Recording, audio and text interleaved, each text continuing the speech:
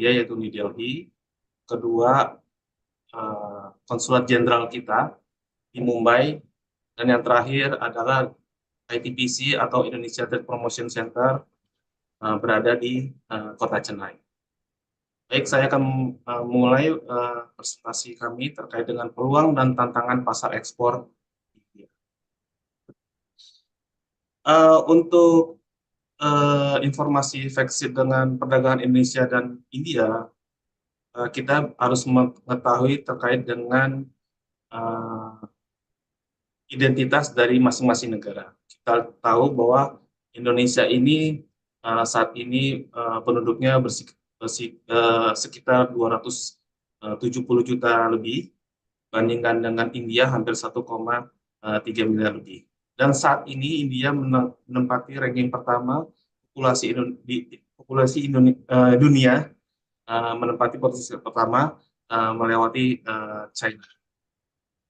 Kemudian di India itu juga sedikit sama lah dengan kita, cuman kita ada 34 provinsi, kemudian di India ada 29 state, dan kemudian ada 8 unit territory. Kemudian bahasanya juga di India itu mayoriti adalah bahasa Hindi dan Inggris.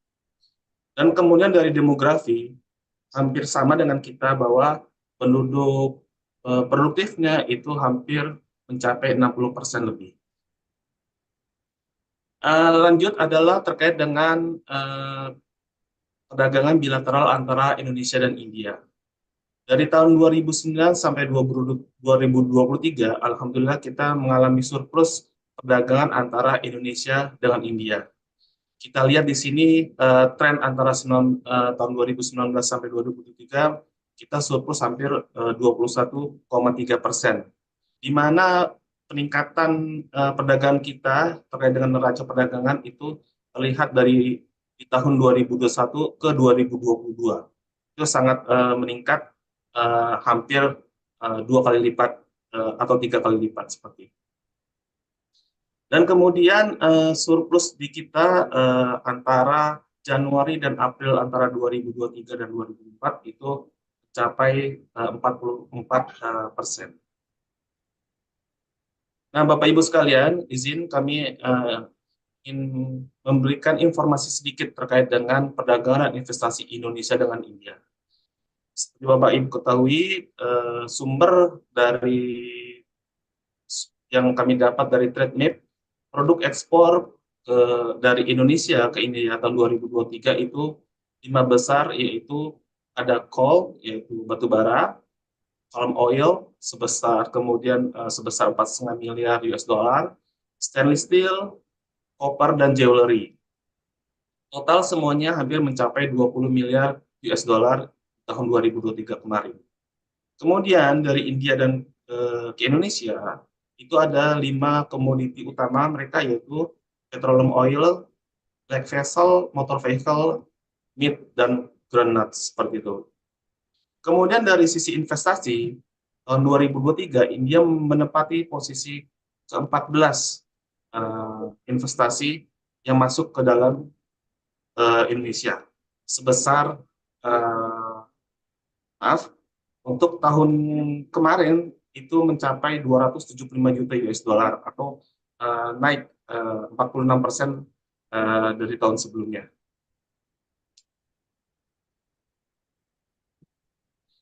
Berikutnya yaitu terkait dengan peluang kerjasama. Ada beberapa peluang kerjasama yang oleh pemerintah Indonesia dan India dilakukan hubungan. Pertama, hubungan antara kedua sangat baik. Artinya India dan Indonesia mirip, budayanya sangat dekat di antara Indonesia dan India. Kemudian Indonesia merupakan salah satu mitra utama India dalam forum regional dan internasional seperti IORA, ASEAN, GNB, PBB, dan G20. Dan ketiga, yaitu dua negara ini menjadi pasar yang sangat besar dalam ekonomi global saat ini. Terutama penduduk India mencapai 1,3 miliar orang. Kemudian juga terkait dengan SEPA, kemudian jumlah penduduknya yang sangat banyak. Lalu ada regular bilateral forum antara Indonesia dan India, seperti KTT tahunan, pertemuan Komisi Dagang bersama, kemudian dialog Menteri Pertahanan, dan seterusnya. Kemudian kerjasama berikutnya terkait dengan regular bilateral forum antara Indonesia dan India.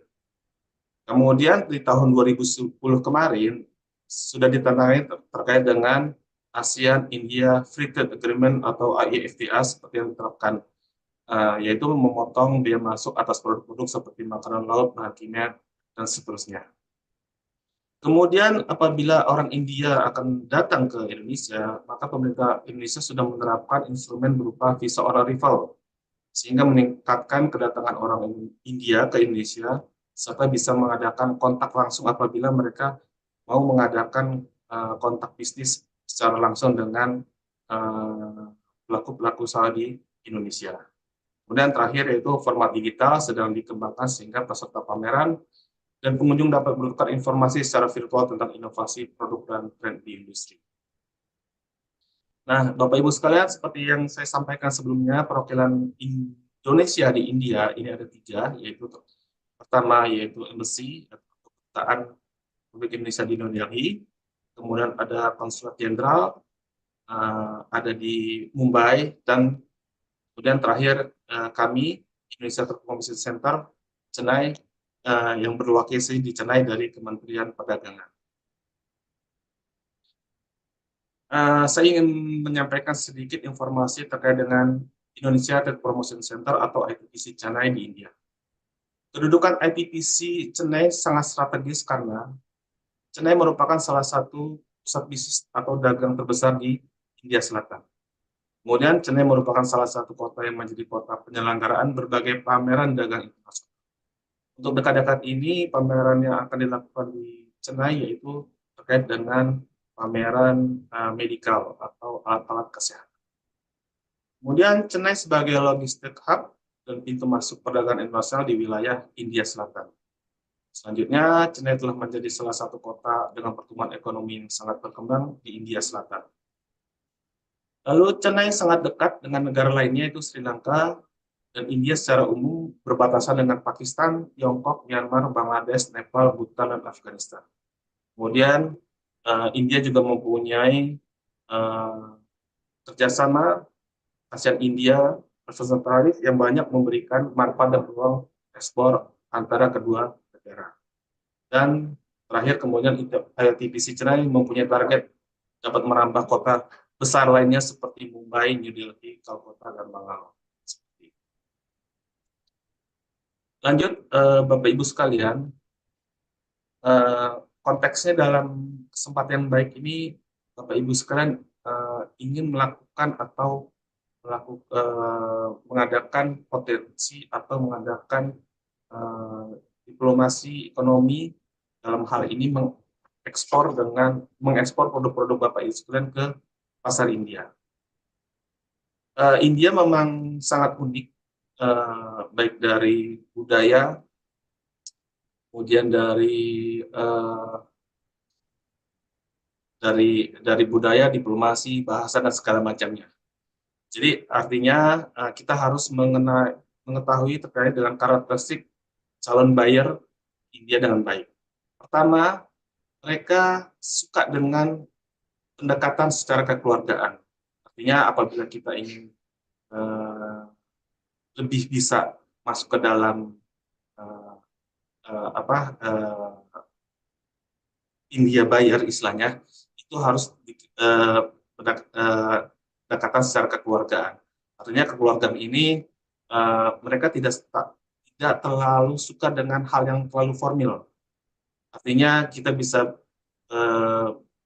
dekat dengan mereka, bisa melalui keluarganya, bicara tentang keluarga, bicara tentang hal-hal yang unik di India seperti itu, sehingga mereka lebih bersifat kekeluargaan dan bersifat santai tanpa terlalu mengedepankan hal-hal yang terlalu formal. Kemudian komunikasi juga sangat penting bagi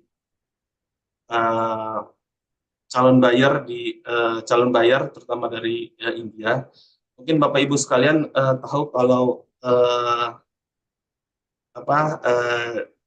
orang India itu selalu menggeleng-gelengkan kepala ya. Jujur saja saya sampai saat ini tuh geleng antara iya dan tidak itu agak-agak ambigu. Gelengnya sekali atau dua kali itu antara iya atau tidak. Nah, itu yang kita harus bisa mengetahui body language-nya mereka seperti itu, Bapak Ibu sekalian. Kemudian orang India juga uh, mendasarkan keputusan mereka kepada kepercayaan intuisi atau feeling mereka, sehingga mereka apabila memutuskan sesuatu itu berdasarkan feeling ini oke atau tidak.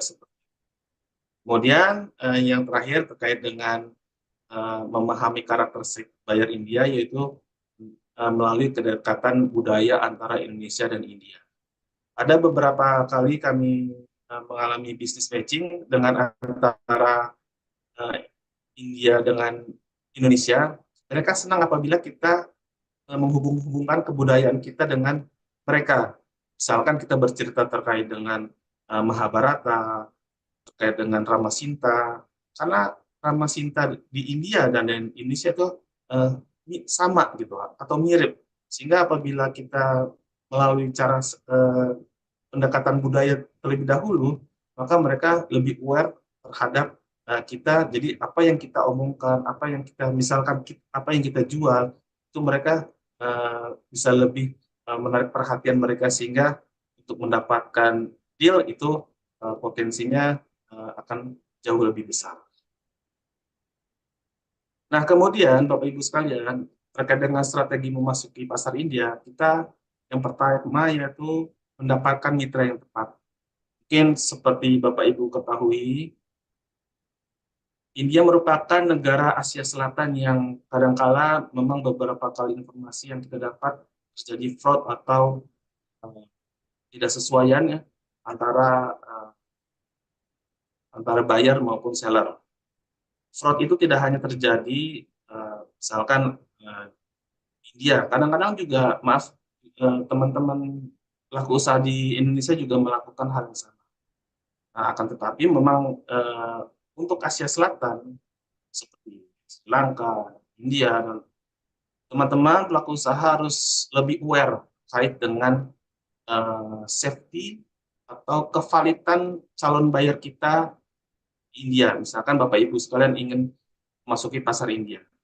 Nah, untuk mendapatkan kevalitan atau kepastian apakah perusahaan dari India yang merupakan calon buyer atau buyer Bapak Ibu sekalian itu valid, maka Bapak Ibu sekalian bisa melakukan kontak ke kami, baik melalui KBRI, KJRI, maupun ITPC untuk memastikan apakah calon buyer ini dari sisi legalitas, dari sisi keamanan dan segala macamnya merupakan buyer yang valid atau tidak. Kemudian berikutnya memasuki pasar India, artinya saran dari kami untuk mendapatkan pasar yang dalam waktu jangka panjang, tapi bukan mendapatkan uang dengan cepat. Artinya seperti ini. India dikenal dengan uh, orangnya yang selalu tawar-menawarnya sangat melebihi, uh, kasarnya melebihi emak-emak di Indonesia. Itu mereka kalau menawar itu kadang-kadang tanpa ada perasaan, tanpa ada tedeng aling, menawar habis-habisan terkait dengan apa yang kita tawarkan. Nah, sehingga saran kami adalah, tapi kalau mereka sudah mendapatkan istilahnya kepercayaan, artinya kita mendapatkan kepercayaan mereka, mereka biasanya akan melakukan repeat order kembali terhadap produk yang kita jual ke mereka. Artinya di sini, walaupun mereka seperti demikian karakteristiknya, tapi terkait dengan apabila kita sudah memegang, maka untuk kembali mendapatkan repeat order, kembali mendapatkan order dari mereka itu sangat terbuka. Sehingga diharapkan Bapak Ibu sekalian, kalau ingin terus mendapatkan ekspor dalam jangka panjang ke India, itu itu mungkin marginnya jangan terlalu besar, tapi bisa dilakukan dengan strategi jumlah kualitasnya yang diperbanyak, sehingga artinya akan juga mengikuti jumlah dari kuantitasnya. Kemudian juga harus memahami regulasi terkait dengan kebijakan impor di India. Di India ini sangat ketat, terutama untuk produk-produk seperti baja, kemudian produk-produk makanan, karena mereka sendiri mempunyai kementerian-kementerian khusus. Artinya, kalau kita misalkan punya kementerian perindustrian, dan di bawah kementerian perindustrian itu menaungi beberapa komoditi, tetapi di India itu ternyata mereka mempunyai kementerian itu berdasarkan spesifikasi atau berdasarkan komoditi. Misalkan ada kementerian steel, Ministry of Steel, ada kementerian rempah-rempah, ada kementerian hortikultura, dan seterusnya. Sehingga mereka tuh birokrasinya besar, tetapi memang mereka fokus ke dalam satu komoditi. Kemudian juga terkait dengan sensitivitas strategi harga, dan terakhir yaitu menyelesaikan produk untuk memenuhi kebutuhan dan preferensi. Nah, berikut yaitu karena saya mendapatkan surat dari teman Dinas Perindak terkait dengan untuk topik yang akan kami bahas, yaitu perdagangan Indonesia dan India untuk produk gam kopal. Nah, di sini saya ambil dari Ministry of Commerce and Industry pemerintah India, bahwa impor gam kopal dengan HS 130-190 dari Indonesia itu dari tahun 2019 sampai 2024 di bulan Juli ini memang trennya meningkat. Kita lihat misalkan 2019 ke 2021 naik sebesar 32% dengan nilai 18 juta US dollar. Itu juga dari 2021 ke 2022 ini meningkat sangat pesat, hampir 58% dengan nilai 28 juta US dollar. Nah, kemudian dari 2002 ke 2023 itu sedikit penurunan, walaupun naik sebesar 0,27% di angka 28,8 US juta dolar. Nah, untuk sampai Juli ini, data yang kita dapat dari Ministry of Commerce and Industry itu sebesar 25 juta dolar atau turun sedikit dari sebesar minus 12,2%. Nah, ini adalah negara-negara pesaing Indonesia di pasar India, yaitu pertama untuk produk gam kopal, yaitu pertama dari Afghanistan, mana mereka di tahun 2023 ini kemarin itu berhasil membukukan nilai ekspor mereka ke India sebesar 159,9 juta dolar. Kemudian Thailand, kemudian Indonesia menempati peringkat ketiga sebesar 28,8 US juta dolar. Kemudian akan tetapi di tahun 2024 ini Indonesia ya mungkin sedikit mengungguli dari Thailand ya, sebesar 25 juta US dollar, kemudian menyusul Thailand sebesar 11 juta dolar. Kemudian Bapak Ibu sekalian, seperti yang tadi dari FTS Center Makassar sampaikan, bahwa untuk produk gam kopal ini dengan HS130 itu mendapatkan tarif preferensi sebesar 0% apabila Bapak Ibu sekalian menggunakan sertifikat of origin dengan AI form sebesar 0% atau mendapatkan biaya masuk atau kemudahan tarif sebesar 0%. Nah, penggunaan gam di India ini, penggunaannya selain digunakan untuk banyak kebutuhan dari industri hingga rumah tangga. Kemudian pemanfaatannya biasa digunakan untuk pembalseman bahan kimia, kemudian dupa, dan obat-obatan, kosmetik, waterproofing, dan lain sebagainya. Nah, untuk komoditi yang kedua terkait dengan komoditi kopi, di sini kita lihat juga ternyata kopi merupakan komoditi yang lumayan terkenal, kopi Indonesia di pasar India. Sehingga kita lihat dari 2019 sampai 2023 itu naiknya sangat-sangat tinggi, signifikan ya. Terutama dari tahun 2021 ke 2022 itu naik hampir 69% dengan nilai angka 41,78%.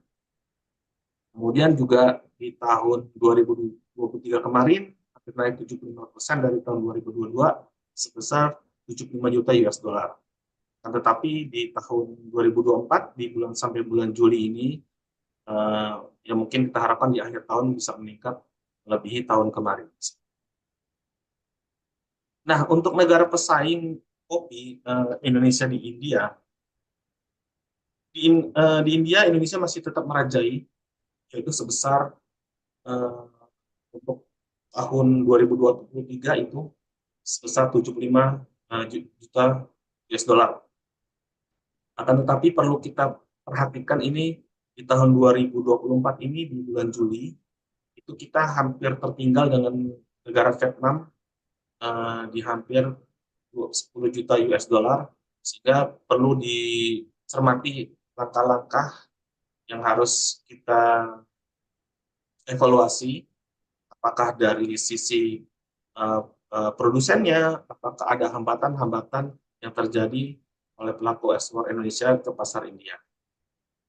Nah, salah satu PR bagi pemerintah Indonesia terkait dengan ekspor kopi ini, ternyata kopi ini masih dikenakan tarif preferensial sebesar 45%. Sehingga ini merupakan PR bagi kita, Indonesia, walaupun India dan Indonesia merupakan bagian dari ASEAN, sehingga merupakan PR bersama negara-negara ASEAN dalam melakukan diplomasi ekonomi kembali untuk terkait dengan free trade agreement antara ASEAN dengan India. Nah, kemudian Bapak Ibu sekalian, seperti kita ketahui, apabila ingin masuk ke dalam suatu pasar di suatu negara, maka sedikit banyak kita harus mempunyai informasi detail terkait dengan apa yang negara tersebut atur, terutama terkait dengan aturan ekspor dan impor. Untuk peraturan perdagangan luar negeri, Bapak Ibu sekalian bisa melihat ada DGFTA.in, kemudian peraturan Badan Pengawas dan Standar Pangan, itu seperti BPOM-nya Indonesia, bisa diakses melalui Food Safety and Standard Authority of Indonesia, kemudian peraturan standarisasi barang, kemudian peraturan terkait rempah, kemudian peraturan terkait standarisasi kesehatan, perlindungan konsumen, dan peraturan perindustrian dan perdagangan. Nah, Bapak Ibu sekalian, makanan di India itu merupakan salah satu komoditi yang sangat mereka jaga. Walaupun mungkin dalam beberapa hal kita melihat viral makanan-makanan di India itu ya seperti itulah, masuk tangan, masuk dan segala macamnya. Tapi dari sisi regulasi, pemerintah India itu sangat concern terhadap kesehatan masyarakatnya. Artinya produk atau pasar produk makanan olahan di India itu sangat besar, mengingat jumlah penduduk yang sangat besar. Kemudian India adalah salah satu produsen makanan olahan terbesar di dunia, sehingga tidak mau apabila mereka mendapatkan raw material dari Indonesia, Indonesia juga harus memiliki kualitas yang bagus dan harga yang bersaing. Dan India juga lebih menginginkan impor bahan baku dan bahan penolong untuk meningkatkan produk makanan olahan domestik mereka. Dan di India harus wajib memiliki lisensi namanya Food Safety and Standard Authority of India, disertai dengan logo green dot berupa produk vegetarian atau red triangle dari produk non vegetarian. Kemudian terakhir yaitu mencantumkan maksimum retail price atau harga retail maksimum untuk semua makanan olahan. Nah, uniknya di India ini, setiap produknya mereka itu dicantumkan di print di kemasan itu berapa harga tertinggi untuk produk itu dijual. Sehingga apabila harga tersebut masuk ke pasar, di seluruh daerah atau di seluruh daerah India itu mendapatkan harga yang sama. Mungkin berbeda dengan di Indonesia, apabila di Jakarta harganya sekian, maka di daerah Makassar, di Palu, bahkan di Papua akan berbeda, sehingga dilihat dari uh, beban logistik yang dibebankan oleh produsen di Indonesia.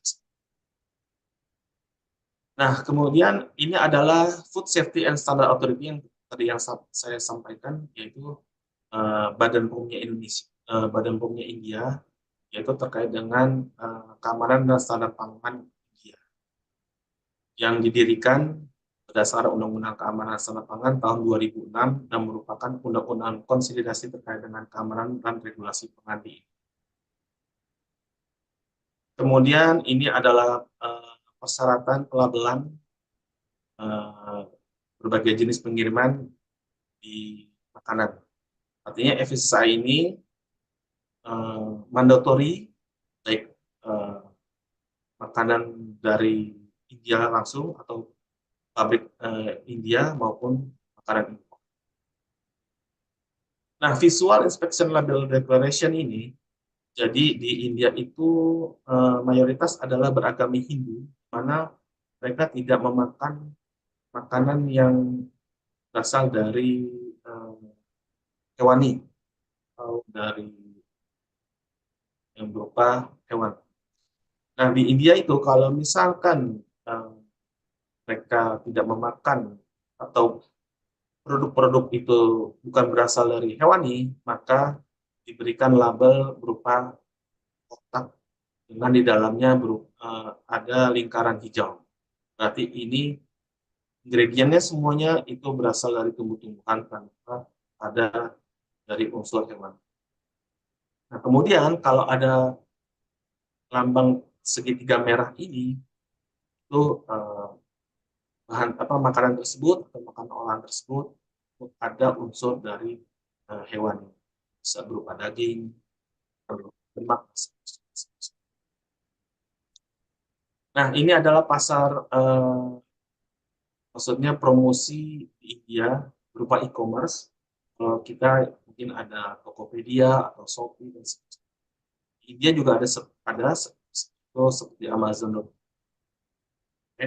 kemudian ada India Mart, ada Trade India, dan juga Alibaba, dan nah, Bapak Ibu sekalian, ini adalah komoditi-komoditi potensial Indonesia ke India. Ini mungkin saya harapkan di para peserta bisa ada salah satu yang bisa nyangkut produknya seperti karet, kakao powder, atau coklat, coklat, kemudian cengkeh, koprak, cangmede, kemudian juga ada agar-agar. Nah, ini artinya di sini nilainya cukup fantastis dengan pertumbuhan yang sangat baik di atas rata-rata 5-10% ke atas. Sehingga ini hanya saya beberapa contoh untuk produk-produk yang potensial bulan dari Indonesia ke. Nah, kemudian komoditi potensial lainnya yaitu ternyata berupa furniture. Ternyata furniture Indonesia itu sangat digemari di pasar India. Kita lihat dari nilainya juga cukup besar, paling besar itu 2 juta US dollar tahun ini sampai bulan Juli kemarin. Kemudian produk-produk Indonesia, terutama furniture, itu ada beberapa eksklusif showroom yang benar-benar menampilkan pure semuanya furniture dari Indonesia. Kan ada salah satu hotel atau penginapan di India itu semua indoor furniture yang dari indoor maupun outdoor itu adalah produk dari Indonesia. Nah, kemudian ini contoh produk pertanian Indonesia yang dijual secara online di India, seperti bubuk coklat, ada krim powder dari coconut, kemudian juga ada bentuk curah, seperti coconut copra, dan seterusnya. Dan ini juga ada contoh rempah-rempah Indonesia yang dijual secara online juga, ya, dengan merek lokal. Ya, eksportir Indonesia bekerjasama dengan pelaku usaha di cengkeh, lada, pala, kayu manis. Dan ini adalah perusahaan Indonesia di India, seperti ada Samudra Shipping, Tanindo, Indisco, Java, Garuda Food, itu Tekin, Quantum, Anabatic, Terlogis, dan Nabati Snack. Dan di sini yang paling baik penjualannya yaitu Nabati Snack. Mungkin Bapak Ibu sekalian tahu produk Nabati ya, Nabati Wafer itu mereka sangat menggemari produk kita terkait dengan snack wafer itu. Kemudian juga produk permen kopi yaitu kopi itu juga sangat terkenal India untuk produk kopi. Kemudian yang lainnya yaitu Indomie. Indomie juga, cuman Indomie tidak mempunyai pabrik sehingga mendatangkan dari luar. Mungkin Bapak Ibu sekalian demikian presentasi singkat saya. Kita bisa dilakukan diskusi terkait dengan peluang-peluang pasar yang bisa masuk ke Indonesia dengan produk-produk dari Bapak Ibu sekalian. Demikian, terima kasih. Assalamualaikum. Waalaikumsalam warahmatullahi wabarakatuh. Ya, berikan tepuk tangan untuk Bapak Muhammad Haikal yang merupakan Wakil Kepala ITPC Chennai, India. Bapak Haikal, apakah masih bisa nih kita berikan peluang untuk audiens memberikan pertanyaan kepada Bapak saat ini? Boleh, silakan. Boleh ya? Ya, silakan. Siap. Ada yang ingin bertanya, Bapak Ibu, mengenai peluang pasar yang ada di India? Kebetulan ini, kami persilakan mungkin agak di depan sini biar terlihat dengan jelas oleh Bapak Haikal di kamera via Zoom. Tapi Pak. Assalamualaikum warahmatullahi wabarakatuh. Waalaikumsalam, Ibu. Saya Rofiko dari IKM Kota Rindu. Saya belum masuk ekspor ini Pak, tapi berharap next jadi eksportir baru. Pertanyaan saya, tadi Bapak mempresentasikan tentang India dan bagaimana peluang ekspor ke India ya. Termasuk tadi ada beberapa platform-platform yang digunakan untuk sebagai e-commerce untuk produk-produk ke India ya. Yang saya ingin tanyakan, bagaimana peluang VCO mentah, VCO premium ya Pak ya, bukan CPO, yang memang kami kejar kualitasnya premium dari kandungan nutrisi untuk diekspor ke India. Karena kalau dari Gemini, kawan saya, Gemini Google, dia tidak meranking India sebagai potensi ekspor untuk VCO Pak. Oke, itu aja yang saya ingin tanyakan. Terima kasih. VCO Virgin Coconut Oil ya Bu ya? Oke Ibu, terkait dengan komoditi Ibu, sebenarnya akan kami sampaikan, pasar India itu pasar yang sangat besar, di mana mereka mempunyai penduduk yang sangat banyak. Artinya, kadangkala mereka istilahnya yang gampang itu nelan produk apa aja, dari yang low grade sampai yang premium grade, mereka akan telan gitu. Nah, terkait dengan produk Ibu, silakan Ibu melakukan atau memberikan informasi terkait dengan produk Ibu beserta spesifikasinya. Kemudian Ibu bisa mengirimkan email ke email kami di inquiry@itpc.com. Nah, di email itu Ibu bisa melampirkan pertama surat permohonan Ibu ke kami, kemudian Ibu melampirkan komponen profilnya Ibu, serta dilampirkan seperti NIB, PWP, dan legalitas. Nah, seringkali kami membuat apa yang namanya business matching dengan pelaku atau buyer langsung dari India. Sehingga apabila nanti Ibu mengirimkan profil company Ibu, kami akan berusaha mencari buyer di India untuk kita ketemukan dengan Ibu untuk dengan dalam acara istilahnya kegiatan business matching. Nah, di business matching itu nanti akan kita fasilitasi biasanya berupa media Zoom, mana Ibu bisa melakukan presentasi akan produk Ibu, kemudian nanti akan bayarnya akan tanya terkait dengan produk. Jadi intinya Bapak Ibu sekalian, nggak hanya Bapak Ibu sekalian bisa memberikan atau mengirimkan profil produk Bapak Ibu sekalian beserta komponen profilnya. Itu yang sangat penting. Nanti kami akan mencari buyer-buyer potensi di India untuk kita ketemukan dengan Bapak Ibu dalam forum business matching. Seperti itu, Bu. Jadi Bapak Ibu sekalian tidak perlu khawatir terkait dengan misalkan, mohon maaf ya, kualitas maupun kuantitas produk yang Bapak Ibu punya, karena memang pasar India ini sangat unik dibanding pasar-pasar di negara lain, terutama misalkan kalau kita bandingkan ke Eropa, Jepang, Korea, itu waduh susah dah, terutama dari sisi kualitas itu mereka sangat jaga. Nah, tetapi uniknya di pasar India nih sangat-sangat menerima standar apapun sepanjang koridor standar mereka tidak dilanggar. Artinya standar mereka dengan standar Indonesia itu hampir mirip. Jadi potensi untuk keberhasilan produk Indonesia ke India itu sangat besar. Itu terbukti bahwa neraca perdagangan kita dengan India itu saat ini adalah paling besar di antara negara-negara lainnya. Demikian Ibu ya. Terima kasih. Iya, terima kasih penjelasannya Pak. Masih boleh lagi? Masih ada pertanyaan lainnya? Silakan Boleh Pak. Pak, masih boleh tambah lagi. Ya, silakan. Kami persilahkan untuk maju ke depan agar bisa tercover ya, untuk masuk frame. Dilihat langsung oleh Bapak Muhammad Haikal. Sebelah sini Pak. Depan sini ya. Ya, bismillahirrahmanirrahim. Assalamualaikum warahmatullahi wabarakatuh.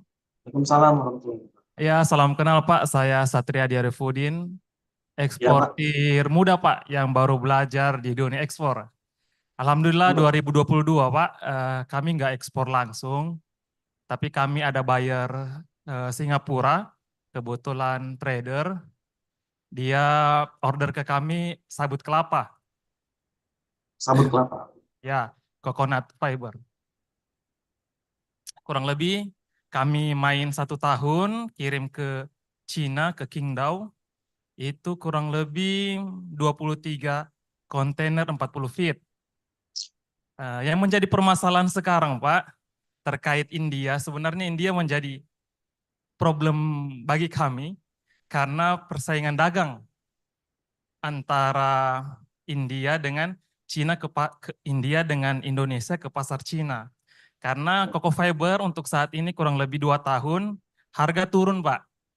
Ya mungkin yang mau saya tanyakan, seberapa besar power India terhadap pasar dunia, khususnya Cina. Seperti itu Pak, karena jujur saat ini kami nggak kirim barang lagi Pak, coconut fiber. Iya, gitu semoga Sorry dengan... Pak, tadi coconut fiber ya? Ya, coconut fiber, Coconut. Iya. Main limbah saja kami, Pak. Oke, Tapi terima limbahnya bisa diekspor. Keren kasih. Ya, Pak. siap. Terima kasih, Pak. Assalamualaikum warahmatullahi wabarakatuh. Waalaikumsalam warahmatullahi wabarakatuh. Ya, monggo Pak, silakan. Memang coconut